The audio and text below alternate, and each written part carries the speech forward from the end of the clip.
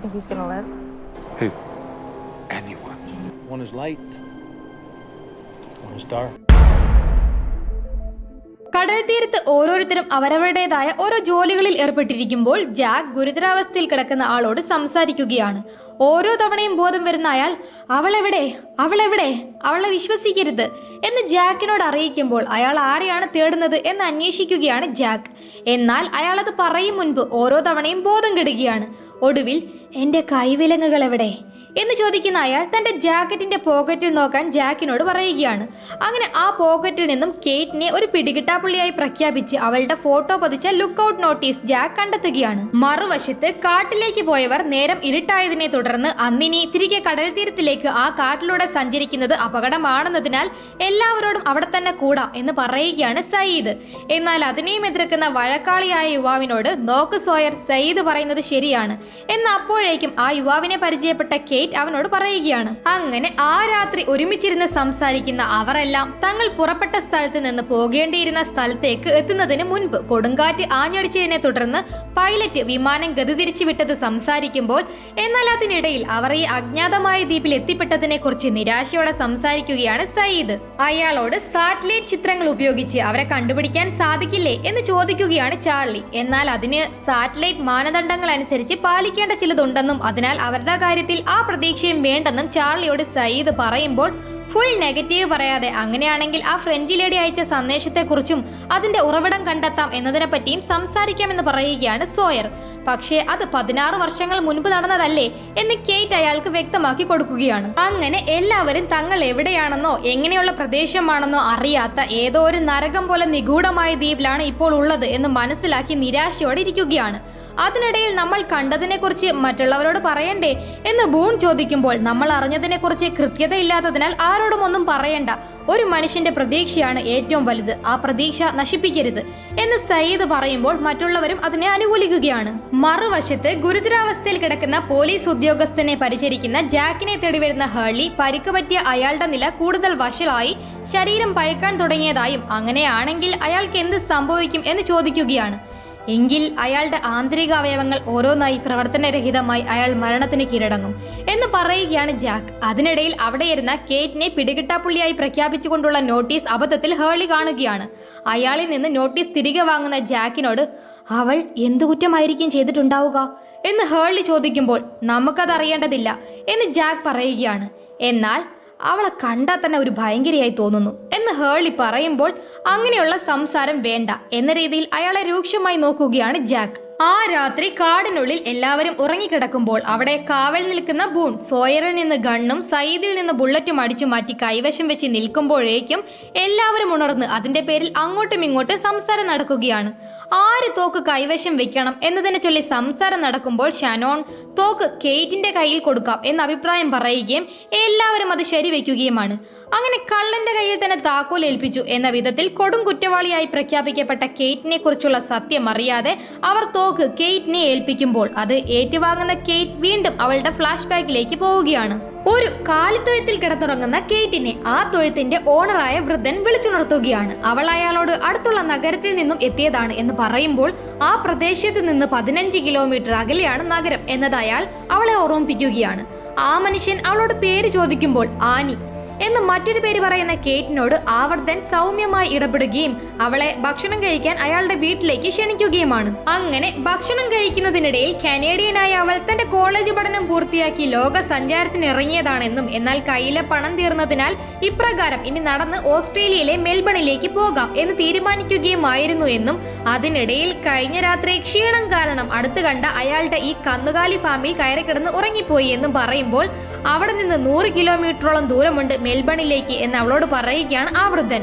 മാത്രമല്ല അയാൾക്ക് അവൾ പറഞ്ഞത് അത്ര വിശ്വാസമാവാഞ്ഞതിനാൽ തന്നെ അത് മനസ്സിൽ വെച്ചെന്നോണം അയാൾക്ക് ഒരുപാട് കടബാധ്യതകളുണ്ടെന്നും അവൾക്ക് താല്പര്യമുണ്ടെങ്കിൽ ആ കന്നുകാലി ഫാമിലെ ജോലികൾ ചെയ്യാൻ തന്നെ സഹായിക്കുകയാണെങ്കിൽ അവൾക്ക് മാന്യമായ ശമ്പളവും അവിടെ തങ്ങാൻ ഇടവും നൽകാമെന്നും അയാൾ പറയുമ്പോൾ കേറ്റ് അത് അപ്പോഴേ ഡീലാക്കുകയാണ്. അങ്ങനെ ഷേക്ക് ഹാൻഡ് കൊടുക്കുമ്പോഴാണ് അയാളുടെ വലത് കൈ കൃത്രിമമാണെന്നും താൻ ഇടംകൈയനാണെന്നും അയാൾ അവളോട് അറിയിക്കുന്നത്. തൽക്കാലം ആ ഫ്ലാഷ് ബാക്ക് സീൻ അവിടെ കട്ടാവുമ്പോൾ പിറ്റേ ദിവസം കാട്ടിലേക്ക് പോയ സയ്യിദും സംഘവും തിരികെ കടൽ തീരത്ത് എത്തുകയാണ്.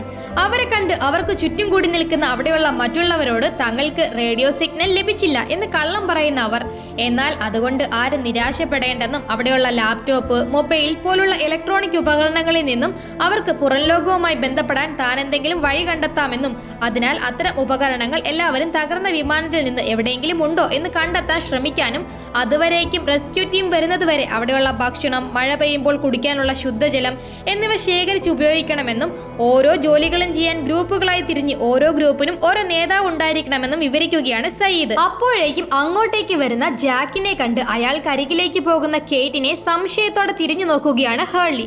ജാക്കിനോട് കുന്നിൻ മുകളിൽ വെച്ച് അവർ കേട്ട 16 വർഷമായി ആവർത്തിച്ചു കൊണ്ടിരിക്കുന്ന ഫ്രഞ്ച് ലേഡിയുടെ സഹായ അഭ്യർത്ഥന സന്ദേശത്തെക്കുറിച്ച് അറിയിക്കുകയാണ് കേറ്റ്. അത് കേട്ടിട്ടും അവളോട് ഒരു വല്ലായ്മയോടെ നിൽക്കുന്ന ജാക്ക്, നിനക്ക് ഇനി മറ്റെന്തെങ്കിലും പറയാനുണ്ടോ എന്ന് ആ ഓഫീസറുടെ കാര്യം അവൾ പറയുമെന്ന് കരുതി ചോദിക്കുമ്പോൾ ടെന്റിലേക്ക് നോക്കി ഗുരുതരമായി പരിക്കേറ്റ് കിടക്കുന്ന ആൾക്ക് എങ്ങനെയുണ്ട് എന്ന് തിരക്കുന്ന അവളോട് അയാളുടെ കാര്യത്തിൽ ഇനി വലിയ പ്രതീക്ഷയില്ല എന്ന് ജാക്ക് പറയുമ്പോൾ, അയാൾ ഉണർന്നോ, എന്തെങ്കിലും സംസാരിച്ചോ എന്നവൾ പരങ്ങളോടെ തിരക്കുകയാണ്. അയാൾക്ക് സർജറി ചെയ്യുന്ന സമയത്ത് ഏതാനും സെക്കൻഡുകൾ ബോധം വന്നിരുന്നു എന്ന് അറിയിക്കുന്ന ജാക്ക്, പക്ഷേ അയാൾ ജാക്കിനോട് അവളെക്കുറിച്ചുള്ള സത്യങ്ങൾ അറിയിച്ച കാര്യം ഒന്നും തന്നെ പറയാതെ അവളെ സൂക്ഷ്മമായി വീക്ഷിച്ച് നിൽക്കുകയാണ്. പിന്നീട് വിമാനത്തിലെ അവശിഷ്ടങ്ങൾക്കിടയിൽ നിന്ന് ഉപകാരപ്രദം എന്ന് തോന്നുന്ന വസ്തുക്കൾ എടുത്തു മാറ്റാൻ ജാക്കിനെ സഹായിക്കുന്ന ഹേർലി. അതിനിടയിൽ കേറ്റ് ഒരു ക്രിമിനലാണെന്നുള്ള സത്യാവസ്ഥ അറിഞ്ഞത് അവളോട് തിരക്കിയോ എന്ന് ജാക്കിനോട് കേറ്റിന്റെ കാര്യം തിരക്കുമ്പോൾ, അതിനവളെക്കുറിച്ച് തനിക്ക് സത്യങ്ങളൊന്നും അറിയില്ലല്ലോ എന്ന് അയാൾക്ക് മറുപടി നൽകുകയാണ് ജാക്ക്. പരിക്കേറ്റ് കിടക്കുന്ന ആ മനുഷ്യന് ശക്തമായ ആന്റിബയോട്ടിക്കുകൾ ലഭിക്കാതെ അയാൾക്ക് സുഖമാവില്ലെന്ന് വിമാനത്തിന്റെ ഉൾവശത്തിൽ എന്തെങ്കിലും മരുന്നുകൾ അവശേഷിക്കുന്നുണ്ടോ എന്ന് പരിശോധിക്കാൻ ഹേർലിയോട് ജാക്ക് പറയുമ്പോൾ, വിമാനത്തിനുള്ളിൽ നിറച്ചും ശവശരീരങ്ങളാണെന്നും പറഞ്ഞ് അതിനുള്ളിൽ കയറുന്നതിന് ഒരു വല്ലായ്മയോടെ നിൽക്കുകയാണ് ഹേർലി. അത് മനസ്സിലാക്കി ആ മരുന്നെടുക്കുന്ന കാര്യം താൻ നോക്കിക്കൊള്ളാമെന്ന് പറയുന്ന ജാക്ക് വിമാനത്തിനുള്ളിൽ ഒരു ടോർച്ചുമായി കയറി അവിടെയുള്ള ബാഗുകൾ തുറന്ന് ടോർച്ച് അടിച്ച് മരുന്ന് വല്ലതുമുണ്ടോ എന്ന് നോക്കിയിരിക്കുകയാണ്. പെട്ടെന്നാണ് ജാക്കിന് പുറകിൽ ആരോ വരുന്നതായി അയാൾക്ക് തോന്നുന്നത്. അത് മറ്റാരുമല്ല, സോയർ ആയിരുന്നു. സോയർ അവിടെ നിന്ന് സാധനങ്ങൾ അടിച്ചു മാറ്റാൻ എത്തിയതായിരുന്നു. അത് കണ്ട ജാക്ക്, നാട്ടിൽ നിനക്ക് മരിച്ചുപോയവരുടെ സാധനങ്ങൾ അടിച്ചു മാറ്റലായിരുന്നോ പണി എന്ന് ചോദിക്കുമ്പോൾ അതൊക്കെ ചിരിച്ചു തള്ളി നിസ്സാരമാക്കി നിൽക്കുന്ന അവൻ, ഇവിടെ നിന്ന് ആരെ രക്ഷിക്കാനായി ആരും വരില്ല, അതിനാൽ സാധനങ്ങൾ അടിച്ചു മാറ്റുന്നതിൽ തെറ്റില്ല എന്ന അഭിപ്രായത്തിൽ നിൽക്കുകയാണ്. മാത്രമല്ല, ഗുരുതരമായി പരിക്കേറ്റ് കിടക്കുന്ന ആളെ രക്ഷിക്കാനായി ജാക്കിൻ്റേത് പായശ്രമമാണെന്നും എല്ലാവരും ഇപ്പോൾ ഏതോ ഒരു കാടിനുള്ളിലാണെന്ന് മറക്കരുത് എന്ന യാഥാർത്ഥ്യം ഉൾക്കൊള്ളാനും ജാക്കിനോട് പറഞ്ഞിട്ട് അവിടെ നിന്ന് പോവുകയാണ് സോയർ. പിന്നീട് റെസ്ക്യൂ ടീം വരുന്നതുവരെ ദിനചര്യകൾ ചെയ്യാതെ പറ്റില്ലല്ലോ എന്ന് എല്ലാവരും തകർന്ന വിമാനത്തിൽ നിന്ന് സ്വന്തം ബാഗുകളും മറ്റും കണ്ടെടുത്ത് മാറ്റുകയാണ്. ആ കൂട്ടത്തിൽ പ്രഗ്നന്റ് ലേഡിയെ സഹായിക്കുന്ന ചാർലി അവളുടെ ഭർത്താവ് ഒപ്പം വന്നിരുന്നില്ലേ എന്ന് തിരക്കുമ്പോൾ അവർ താൻ വിവാഹം കഴിച്ചിട്ടില്ല എന്ന് പറയുകയാണ്. അതേസമയം കൊറിയക്കാരന്റെ ഭാര്യ അയാളുടേത് എന്ന് സംശയിച്ച് ഒരു ബാഗുമായി വന്ന് അയാൾക്ക് നൽകുമ്പോൾ അത് തൻ്റേതല്ല എന്ന് പറഞ്ഞിരിക്കുന്ന അയാൾ ആകെ മുഷിഞ്ഞ അവസ്ഥയിൽ നടക്കുന്ന അവരോട് പോയി കുളിച്ച് ഫ്രഷ് ആയിക്കൊള്ളാൻ അവിടുന്ന് പറഞ്ഞു വിടുകയാണ്. ഈ സമയം വാട്ടർ ബോട്ടിലുകളുമായി വരുന്ന ഹേർലിയെ കെയ്റ്റ് കാണുകയും അയാളെ ഇതുവരെ പരിചയപ്പെട്ടില്ലല്ലോ എന്ന് പേര് ചോദിക്കുകയും ചെയ്യുകയാണ്. കെയ്റ്റ് ഒരു കുറ്റവാളിയാണെന്നറിയാവുന്ന ഹേർലി ഒരു പരിങ്ങലോടെ അവളോട് പേര് പറഞ്ഞു നിൽക്കുമ്പോഴാണ് അവൾ ജാക്കിനെ തിരക്കി തിരിയുന്നത്. ആ സമയം അവളുടെ പുറകിൽ ഒളിപ്പിച്ച തോക്ക് കണ്ട് ഒന്നുകൂടി ഭയപ്പെടുന്ന ഹേർലി ജാക്ക് വിമാനത്തിനുള്ളിൽ മരുന്ന് നോക്കി പോയിട്ടുണ്ടെന്ന തിടുക്കത്തിൽ പറഞ്ഞ് കെയ്റ്റിനരികിൽ നിന്ന് മുങ്ങുമ്പോൾ, ഇയാൾ എന്താ ഇങ്ങനെ എന്നൊരു സംശയത്തോടെ ഹേർലിയെ തിരിഞ്ഞു നോക്കുകയാണ് കെയ്റ്റ്. ശേഷം ആ ദ്വീപിൽ മഴ പെയ്യുന്ന സമയം എല്ലാവരും മഴയിൽ നിന്ന് സുരക്ഷിതരാവാൻ ഓടി ഓരോ സ്ഥലങ്ങളിലേക്ക് കയറുകയാണ്. എന്നാൽ കെയ്റ്റ് ഗുരുതരാവസ്ഥയിൽ കിടക്കുന്ന ആ ഓഫീസറിന് സമീപം ചെന്ന് അയാൾക്ക് ശ്വാസമുണ്ടോ എന്ന് നോക്കിയിരിക്കുകയാണ്. ഒപ്പം കെയ്റ്റിന്റെ മനസ്സ് വീണ്ടും ഒരു ഫ്ലാഷ് ബാക്കിലേക്ക് പോവുകയാണ്. അവൾ മുൻപ് നമ്മൾ കണ്ട ആ വൃദ്ധന്റെ ഫാമിൽ ജോലി ചെയ്ത് ജീവിക്കുന്നതിനിടയിൽ ഒരു രാത്രി ഒളിച്ചും പതുങ്ങിയും കിച്ചണിലെ ഒരു പാട്ടയിൽ ഒളിപ്പിച്ച നോട്ടുകെട്ടെടുത്ത് പോകാൻ തിരിയുമ്പോഴാണ് പെട്ടെന്ന് അവൾ നിൽക്കുന്ന ആ കിച്ചണിൽ ആരോ ലൈറ്റ് ഇട്ടത്. നോക്കുമ്പോൾ അത് ആ വൃദ്ധനായിരുന്നു. അയാൾ അവളോട് അവൾക്ക് അയാൾ നൽകിയ ആ ദിവസവേതനം ഒരു ബാങ്കിൽ ഇട്ടിരുന്നെങ്കിൽ പലിശയെങ്കിലും ലഭിക്കുമായിരുന്നല്ലോ എന്ന് ചോദിക്കുമ്പോൾ തനിക്ക് മനുഷ്യരെ ആരെയും വിശ്വാസമില്ല എന്ന് അയാളോട് പറയുകയാണ് കെയ്റ്റ്. അവൾ പോകുന്നതിന് മുൻപ് അയാളോട് ഒരു ഗുഡ് ബൈ പോലും പറയുന്നില്ലേ എന്ന് അയാൾ ചോദിക്കുമ്പോൾ, ഞാനെല്ലാം ഒരു പേപ്പറിൽ എഴുതിയിട്ടുണ്ട് എന്ന് പറയുന്ന അവളോട്, കഴിഞ്ഞ 3 മാസമായി നീ ഇവിടെ ഉണ്ടായിരുന്നു, നീ ആരാണെന്നോ എന്താണെന്നോ ചോദിക്കുമ്പോൾ നിന്റെ കണ്ണുകളിൽ കാണുന്ന നിസ്സഹായത ഞാൻ മനസ്സിലാക്കുന്നു. ഉൾക്കൊള്ളാൻ കഴിയാത്ത ഏതോ ഒരു സാഹചര്യത്തിൽ നിന്നും ഒളിച്ചോടിയതാവാൻ നീ. ജീവിതത്തിൽ എല്ലാവരും ഒരു നല്ല തുടക്കം അർഹിക്കുന്നു. ഒരിക്കൽ നീ ഇവിടെ നിന്ന് പോകുമെന്ന് എനിക്ക് അറിയാമായിരുന്നു എന്ന് പറയുമ്പോഴേക്കും അവിടെ നിന്ന് പോവാൻ തുടങ്ങുകയാണ് കെയ്റ്റ്. അവളോട് ഈ ഒരു രാത്രി കൂടി അവിടെ തങ്ങുകയാണെങ്കിൽ കാലത്ത് അവൾക്ക് പോകേണ്ട സ്ഥലത്ത് അവളെ താൻ എത്തിക്കാമെന്നും അയാൾ അവൾക്ക് വാക്ക് നൽകുകയാണ്. ആ ഫ്ലാഷ് ബാക്ക് സീൻ അവിടെ കട്ടാവുമ്പോൾ ഇപ്പോൾ ആ ദ്വീപിൽ ഗുരുതരാവസ്ഥയിലുള്ള ഓഫീസർക്ക് അരികിലിരിക്കുന്ന അവളെ ബോധം തെളിഞ്ഞ അയാൾ പെട്ടെന്ന് കഴുത്തിൽ ഞെക്കി പിടിച്ച് കൊല്ലാൻ ശ്രമിക്കുകയാണ്. അത് കണ്ടുകൊണ്ടാണ് അവിടേക്ക് ജാക്ക് കയറി വരുന്നത്. ജാക്ക് അയാളെ പിടിച്ചു മാറ്റുമ്പോഴേക്കും വീണ്ടും അയാൾ അബോധാവസ്ഥയിൽ എത്തിയിരുന്നു. അയാളുടെ വായിലേക്ക് തുണിയിൽ വെള്ളം നനച്ച് ഒഴിച്ചു കൊടുക്കുന്ന ജാക്കിനോട് അയാൾക്ക് എങ്ങനെയുണ്ടെന്ന് തിരക്കുകയാണ് കെയ്റ്റ്. മരുന്നുകളൊന്നും അയാളുടെ ശരീരത്തോട് പ്രതികരിക്കുന്നില്ല. ദേഹത്തെ താപനിലയും കൂടി, വയറിലെ പേശികൾ മുറുകിയും തുടങ്ങി എന്ന് അവളോട് അയാളുടെ അവസ്ഥ പറയുന്ന ജാക്ക് അവളെ തിരിഞ്ഞു നോക്കി അവൾക്ക് സന്തോഷമായില്ലേ എന്ന തരത്തിൽ പുച്ഛിച്ച് ചിരിക്കുകയാണ്. ശേഷം ആ മനുഷ്യന് വെള്ളം ആവശ്യമുണ്ടെന്ന് പറഞ്ഞ് പുറത്തേക്ക് ഇറങ്ങി പോകുന്ന ജാക്കിന് പുറകെ ആ മഴയിലേക്ക് ഇറങ്ങി ചെല്ലുന്ന കെയ്റ്റ് അയാൾ ഇത്തരത്തിൽ എത്ര ദിവസം ജീവിക്കും എന്ന് അവളോട് ചോദിക്കുമ്പോൾ 3-4 ദിവസം എന്ന് മറുപടി പറയുന്ന ജാക്കിനോട് അത്രയും ദിവസം വേദന അനുഭവിച്ച് നരകിച്ച് ജീവിക്കുന്നതിനേക്കാൾ അയാൾക്ക് മരണം നൽകുന്നതല്ലേ നല്ലത് എന്ന് ചോദിക്കുന്നത് കേട്ട് ജാക്ക് ദേഷ്യത്തോടെ അവൾക്ക് നേർക്ക് തിരിഞ്ഞു നോക്കി അവളുടെ ലുക്കൌട്ട് നോട്ടീസ് അയാൾ കണ്ടു എന്നും അയാൾ ഒരു കൊലപാതകിയല്ല എന്നും പറഞ്ഞു കൊണ്ടുപോവുകയാണ്. ആ മഴയത്ത് നിൽക്കുന്ന കെയ്റ്റ് വീണ്ടും തന്റെ ഫ്ലാഷ് ബാക്കിലേക്ക് പോവുകയാണ്. പിറ്റേ ദിവസം കെയ്റ്റിനെയും കൂട്ടി റെയിൽവേ സ്റ്റേഷനിലേക്ക് പോകുന്ന ഫാമിന്റെ ഉടമ. പക്ഷെ ഇടയ്ക്കിടയ്ക്ക് മിററിലൂടെ നോക്കിയിരിക്കുന്ന അയാളെ സംശയിച്ച് അവൾ തിരിഞ്ഞു നോക്കുമ്പോൾ അവരെ ഫോളോ ചെയ്ത് ഒരു വണ്ടി വരുന്നു. അതോടെ സംശയത്തോടെ ഫാമിന്റെ ഉടമയെ അവൾ നോക്കുമ്പോൾ അയാൾക്ക് അവളെക്കുറിച്ചെല്ലാം അറിയാമെന്നും അവളുടെ ലുക്കൌട്ട് നോട്ടീസ് അയാൾ പോസ്റ്റ് ഓഫീസിൽ കണ്ടിരുന്നു എന്നും അവളുടെ തലക്കിട്ടിരിക്കുന്ന $23,000 അയാളുടെ കടബാധ്യതകൾ തീർക്കാൻ ആവശ്യമാണെന്നും പറയുകയാണ്. അപ്പോഴേക്കും അവരുടെ ആ വാഹനത്തിനൊപ്പം എത്തിയിരുന്നു അവരെ പിന്തുടർന്നെത്തിയ പോലീസ് വാഹനം. ആ ഫ്ലാഷ് ബാക്ക് സീൻ അവിടെ കട്ടാവുമ്പോൾ കെയ്റ്റ് മറ്റു ജോലികളിലേക്ക് തിരിയുകയാണ്. പിന്നീട് അവിടെയുള്ള വാൾട്ട് എന്ന 10 വയസ്സുകാരൻ പയ്യന്റെ പിതാവ് മഴയിൽ നിന്ന് അവർക്ക് കയറിയിരിക്കാനായി ഒരു ടാർപ്പ പോലെ വലിച്ചു കെട്ടിയ ശേഷം അതിനുള്ളിൽ കയറിയിരുന്ന് ആ പയ്യനോട് നിന്നോട് സംസാരിച്ച ആ മൊട്ടത്തലയൻ ആരാണ് എന്ന് ചോദിക്കുമ്പോൾ അത് മിസ്റ്റർ ലോക്കാണ്. ലോക്കിന് ഈ ദ്വീപിൽ വെച്ച് ഒരു അത്ഭുതം സംഭവിച്ചെന്ന് എന്നോട് പറഞ്ഞു എന്ന് മകൻ പറയുന്നത് കേട്ട് അത്ഭുതം നമുക്ക് എല്ലാവർക്കും സംഭവിച്ചില്ലേ, ഇനി നീ അയാളോട് പോയി സഹകരിക്കരുത് എന്ന് അയാൾ പറയുമ്പോൾ ലോക്ക് എൻ്റെ ഫ്രണ്ടാണ്, ഞാൻ ഇനിയും സഹകരിക്കും എന്ന് പറയുന്ന ആ ചെക്കനോട് ദേഷ്യപ്പെടാതെ ഞാനും നിന്റെ സുഹൃത്തല്ലേ എന്ന് ചോദിച്ച് അവനോട് അടുക്കാൻ ശ്രമിക്കുന്ന അയാളോട് എങ്കിൽ തന്റെ നായയെ കണ്ടെത്തി കൊടുക്കാൻ പറയുന്ന അവനെ സമാധാനിപ്പിക്കാനായി ഈ മഴ ഇപ്പോൾ തോർന്നാൽ ഞാൻ നിന്റെ നായയെ കണ്ടെത്തി കൊണ്ടുവരാൻ പോകും എന്ന് അയാൾ പറഞ്ഞു തീരുന്നതും അപ്രതീക്ഷിതമായി പെട്ടെന്ന് മഴ നിന്നു. എന്താ അല്ലേ? മകൻ തന്നെ പ്രതീക്ഷയോടെയും താൻ വെറുതെ തള്ളിയത് ആണോ എന്ന ഭാവത്തിൽ നോക്കുകയും കൂടി ചെയ്യുമ്പോൾ പെട്ട് എന്ന അവസ്ഥയിലിരിക്കുന്ന അയാൾ ഒടുവിൽ പുല്ലുകൾ വകഞ്ഞു മാറ്റി ഒറ്റയ്ക്ക് കാടിന് ഉൾഭാഗത്തേക്ക് ചെല്ലുന്നതും ദൂരെ നിന്ന് ഏതോ ഒരു ജീവി വരുന്നതായുള്ള പുല്ലുകളുടെ അനക്കവും ആ ജീവിയുടെ മുരൾച്ചയും കേൾക്കുന്നതോടെ അയാൾ തിരിഞ്ഞ് ഭയന്നോടുകയാണ്. തന്നെ പിന്തുടർന്നു വരുന്ന ആ ജീവിയിൽ നിന്ന് രക്ഷപ്പെടാൻ തിരിഞ്ഞ് ഓടി പാഞ്ഞെത്തിയതാകട്ടെ കുളിക്കാനായി പോയ കൊറിയക്കാരന്റെ ഭാര്യയുടെ സമീപത്തും. അവിടേക്ക് അബദ്ധത്തിൽ ഓടിയെത്തിയതാണെന്ന് അവരോട് ക്ഷമയും ചോദിച്ച് ആ പരിസരത്ത് തന്നെ ആക്രമിക്കാനായി എത്തിയ ഏതോ അജ്ഞാത ജീവി ഉണ്ടെന്നും അവിടുന്ന് എത്രയും വേഗം പോകാൻ അവർക്ക് മുന്നറിയിപ്പ് നൽകി അയാൾ വേഗത്തിൽ നടന്നു പോവുകയാണ്. പിന്നീട് ഗുരുതരമായി പരിക്കേറ്റ് കിടക്കുന്ന ഓഫീസർ അസഹനീയമായ വേദന കൊണ്ട് ഉറക്കം നിലവിളിക്കുന്നത് കേൾക്കുന്ന അവിടെയുള്ള മറ്റെല്ലാവരിലും സഹതാപം ഉളവാക്കുകയാണ്. അയാളൊന്നും മരിച്ചു കിട്ടിയിരുന്നെങ്കിൽ എന്ന് ബോണിനോട് പറയുന്ന ഷനോണിനെ അയാൾ ഒരു മനുഷ്യനാണ് എന്ന് പറഞ്ഞ് തിരുത്തുകയാണ് ബോൺ. ടെന്റിൽ നിന്നുള്ള അയാളുടെ ആ നിലവിളി ശബ്ദം കേട്ട് ജാക്കിന് എന്തെങ്കിലും സഹായം ആവശ്യമുണ്ടോ എന്ന് ചോദിച്ച് അങ്ങോട്ടേക്ക് വരുന്ന സയ്യിദ് ആ മനുഷ്യനെ രക്ഷിക്കാൻ ജാക്കിനെ കൊണ്ട് സാധിക്കില്ല എന്ന് അവിടെയുള്ള എല്ലാവർക്കും അറിയാമെന്ന് ജാക്കിനെ അറിയിക്കുകയാണ്. ശേഷം നേരം രാത്രിയായിട്ടും അയാളുടെ വേദന കൊണ്ടുള്ള കരച്ചിൽ കേൾക്കുന്ന കെയ്റ്റ് കടൽ തീരത്ത് വിറക് കൂട്ടി തീ കായാൻ നിൽക്കുമ്പോൾ അവൾക്കരികിൽ ലൈറ്ററുമായി വരുന്ന സോയർ അവൾക്ക് ലൈറ്റർ കൊടുത്ത് തീ കാഞ്ഞ് കെയ്റ്റിന് അരികിൽ വന്നിരിക്കുമ്പോഴും ആ ടെന്റിൽ നിന്നുള്ള നിലവിളി കേൾക്കുന്നത് ശ്രദ്ധിച്ച് ആ ഗൺ നിന്റെ കയ്യിലായത് നന്നായി, ഇവിടെയുള്ള ഓരോരുത്തർക്കും അയാൾ രക്ഷപ്പെടില്ല എന്നറിയാം. ഓരോ രാത്രിയും ആ സാധു മനുഷ്യനിങ്ങനെ വേദന സഹിച്ച് നിലവിളിച്ച് കിടക്കുന്നത് എത്ര അസഹനീയമാണ്. അയാളെ അതിൽ നിന്നും രക്ഷപ്പെടുത്താൻ ഒരേ ഒരു മാർഗമായ ആ തോക്ക് നിന്റെ കൈവശമാണ്. അതിൽ അവശേഷിക്കുന്നതും ഒരേ ഒരു ബുള്ളറ്റും. നീ ഈ കാര്യം ഇവിടെയുള്ള ഡോക്ടർ ഹീറോയോട് പറയുന്നത് ഞാൻ കേട്ടിരുന്നു, അതിനാൽ വലിയ അതിശയമൊന്നും കാണിക്കേണ്ടതില്ല എന്ന് സോയർ കെയ്റ്റിനോട് പറയുകയാണ്. അതേസമയം ടെന്റിനുള്ളിൽ മരണാസന്നനായി കിടക്കുന്ന ഓഫീസർ അയാളുടെ അവസാന മൊഴി എന്ന വണ്ണം അവൾ നിന്നോട് എങ്ങനെ പെരുമാറുന്നുവെന്നോ അവൾ നിന്നോട് എന്തു പറയുന്നു എന്നതോ വിശ്വസിക്കരുത്. രക്ഷപ്പെടാനായി അവൾ എന്തു മാർഗവും നോക്കും, എന്തും പറയും, ഒരിക്കലും വിശ്വസിക്കരുത്.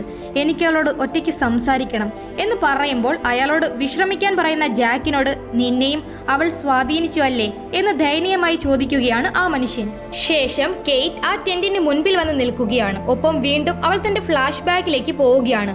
പോലീസ് തനിക്ക് അരികിലെത്തി എന്നത് കണ്ട് തന്നെ പോലീസിന് ഒറ്റുകൊടുത്ത വൃദ്ധനിൽ നിന്ന് ആ വണ്ടിയുടെ നിയന്ത്രണം ഏറ്റെടുക്കാൻ ശ്രമിക്കുന്നതിനിടയിൽ അപ്രതീക്ഷിതമായി അവരുടെ ആ വാഹനം നിയന്ത്രണം തെറ്റി ഒരു ചെറിയ താഴ്വഴിയിലേക്ക് മറിയുകയാണ്.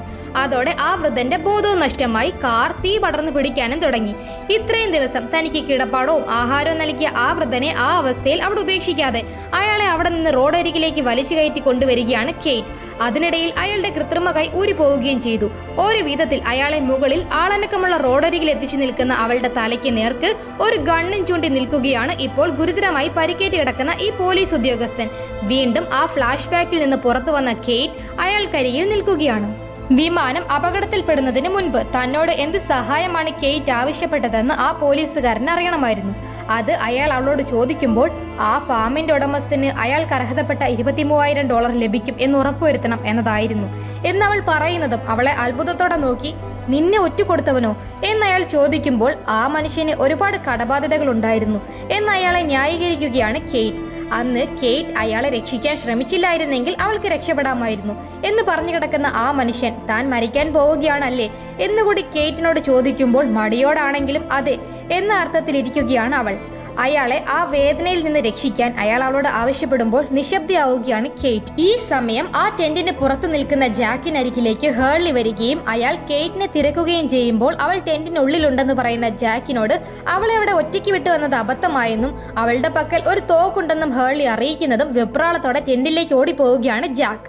ടെന്റിന് പുറത്ത് ഒരു നിസ്സംഗ ഭാവത്തോടെ പതിയെ നടക്കുന്ന കെയ്റ്റിനെ കണ്ട് ജാക്ക് ആശ്വാസത്തോടെ നിൽക്കുന്നതും പെട്ടെന്ന് ഉള്ളിൽ നിന്ന് ഒരു ഷൂട്ടൌട്ട് ശബ്ദം കേൾക്കുകയാണ്. പിന്നാലെ ടെന്റിന് ഉള്ളിൽ നിന്നും ഗണ്ണുമായി സോയർ പുറത്തേക്ക് വരികയാണ്. നീ എന്താണ് ചെയ്തത് എന്ന് ദേഷ്യത്തോടെ അവന്റെ നേർക്ക് പാഞ്ഞു വരുന്ന ജാക്കിനോട്, ഒരു ഡോക്ടർ എന്ന നിലയിൽ നിന്റെ കാഴ്ചപ്പാട് എന്താണെന്ന് എനിക്കറിയാം, പക്ഷെ അയാൾക്ക് ഇപ്പോഴിത് ആവശ്യമായിരുന്നു. അയാൾ എന്നോട് ആവശ്യപ്പെട്ടതാണ്, എനിക്ക് ഇഷ്ടമുണ്ടായിട്ടല്ല. എന്നാൽ പോലീസ് ഉദ്യോഗസ്ഥനെ അസഹനീയമായ വേദനയിൽ നിന്നും മരണത്തിലൂടെ രക്ഷപ്പെടുത്തി എന്നതുപോലെ സോയർ പറഞ്ഞു നിൽക്കുമ്പോഴാണ് പെട്ടെന്ന് ഉള്ളിൽ നിന്നും അയാളുടെ ചുമ കേൾക്കുന്നത്. അതോടെ അങ്ങോട്ടേക്ക് ഓടിച്ചെല്ലുകയാണ് ജാക്ക്. സോയർ വെടിയുതിർത്തത് അയാളുടെ ശ്വാസകോശത്തിലാണ് തറച്ചത്. അതിനാൽ പതിയെ രക്തം വാർന്ന് അയാൾ മരിക്കാൻ ഇനിയും മണിക്കൂറുകൾ എടുക്കും എന്ന് പറയുന്ന ജാക്കിനോട് ആ തോക്കിൽ ആകെ ഒരു ബുള്ളറ്റേ ഉണ്ടായിരുന്നുള്ളൂ എന്ന് അയാളുടെ അവസ്ഥ കുറച്ചുകൂടി ദാരുണമാക്കിയതിൽ പരങ്ങളോടെ സോയർ അത് പറയുമ്പോൾ ഇവിടെ നിന്ന് ഇറങ്ങി പോടാ എന്ന് അവനോട് ദേഷ്യത്തോടെ അലറുകയാണ് ജാക്ക്. അങ്ങനെ ആ ദ്വീപിലെ 3-ാമത്തെ ദിവസം രാവിലെ കടൽ തീരത്തെ മണൽപ്പരപ്പിലിരിക്കുന്ന മിസ്റ്റർ ലോക്ക് അയാൾ ഉണ്ടാക്കിയ ഒരു വിസിലുമായി ദൂരെ മുളങ്കാടുകളിലേക്ക് നോക്കി ആ വിസിൽ ഊതുമ്പോൾ അങ്ങോട്ടേക്ക് ഓടി വരികയാണ് അവിടെയുള്ള വാൾട്ട് എന്ന പയ്യന്റെ നായ വിൻസെന്റ്. ശേഷം അവിടെ വാൾട്ടിന് സമീപത്ത് കിടന്നുറങ്ങുന്ന വാൾട്ടിന്റെ അച്ഛനെ വിളിച്ചുണർത്തുന്ന ലോക്ക് ആ നായയെ താൻ കണ്ടെത്തിയെന്നും അമ്മയില്ലാത്ത കുട്ടിയായ വാൾട്ടിനോട് അതിനെ അവന്റെ അച്ഛൻ കണ്ടെത്തിയതായി പറയണമെന്ന് തനിക്ക് തോന്നിയതായും ലോക്ക് പറയുമ്പോൾ അയാളോട് നായയെ കണ്ടെത്തിയതിന് നന്ദി പറയുകയാണ് ആ പയ്യന്റെ അച്ഛൻ. പിന്നീട് കടൽ നോക്കിയിരിക്കുന്ന ജാക്കിനരികിൽ വരുന്ന കെയ്റ്റ് ആ പോലീസ് ഉദ്യോഗസ്ഥൻ തന്നെ എന്തിനാണ് പിന്തുടരുന്നത് എന്ന അവളെക്കുറിച്ചുള്ള സത്യം ജാക്കിനോട് വിവരിക്കാൻ തുടങ്ങുകയാണ്. എന്നാൽ അതൊന്നും ഇനി ഇവിടെ വിവരിക്കേണ്ട ആവശ്യമില്ല, അതെല്ലാം കഴിഞ്ഞ കാര്യങ്ങളാണ്. 3 ദിവസം മുൻപ് നമ്മളെല്ലാം മരിച്ചു, ഇനി പുതിയൊരു ജീവിതമാണ് ആരംഭിക്കേണ്ടത് എന്ന് അവർ അവിടെ നിന്ന് രക്ഷപ്പെടുമെന്ന പ്രതീക്ഷ നഷ്ടമായതുപോലെ പറയുകയാണ് ജാക്ക്. ശേഷം ആ ദ്വീപിലെ സാഹചര്യങ്ങളോട് ഓരോരുത്തരും പൊരുത്തപ്പെട്ടു തുടങ്ങുകയാണ്. വാൾട്ടിന്റെ അച്ഛൻ അവന്റെ പ്രിയപ്പെട്ട നായയെ കൊണ്ട് വരുമ്പോൾ ആ കൊച്ചു പയ്യൻ സന്തോഷത്തോടെ തന്റെ പ്രിയപ്പെട്ട നായയ്ക്ക് അരികിലേക്ക് ഓടുകയാണ്. ആ അച്ഛനും മകനും അങ്ങനെ സന്തോഷത്തോടെ നിൽക്കുമ്പോൾ അത് നോക്കിയിരിക്കുകയാണ് ലോക്ക്. ആ കാഴ്ച നോക്കി അയാളും പുഞ്ചിരിച്ചിരിക്കുകയാവും എന്ന് തോന്നുമെങ്കിൽ തെറ്റി. എന്തോ ഒരു നിഗൂഢത ഒളിപ്പിച്ച ഭാവത്തിൽ ആ അച്ഛനെയും മകനെയും നോക്കിയിരിക്കുകയാണ് ലോക്ക്. സത്യത്തിൽ ഈ ലോക്ക് ആരാണ്? ക്രിമിനൽ ബാക്ക്ഗ്രൗണ്ടിൽ തലയ്ക്ക് വില പറയപ്പെട്ട കെയ്റ്റും ഒരു മനുഷ്യനെ കൊല്ലാൻ പോലും തുനിഞ്ഞ സോയറും മയക്കുമരുന്നിനടിമയായ ചാർലിയും മറ്റുള്ളവർക്ക് ഒരു ഭീഷണിയാവുമോ? അവരുടെ ആ ദ്വീപിലെ അടുത്ത ദിവസം എന്താവും? നമുക്ക് അടുത്ത എപ്പിസോഡിൽ കാണാം. Till then, bye.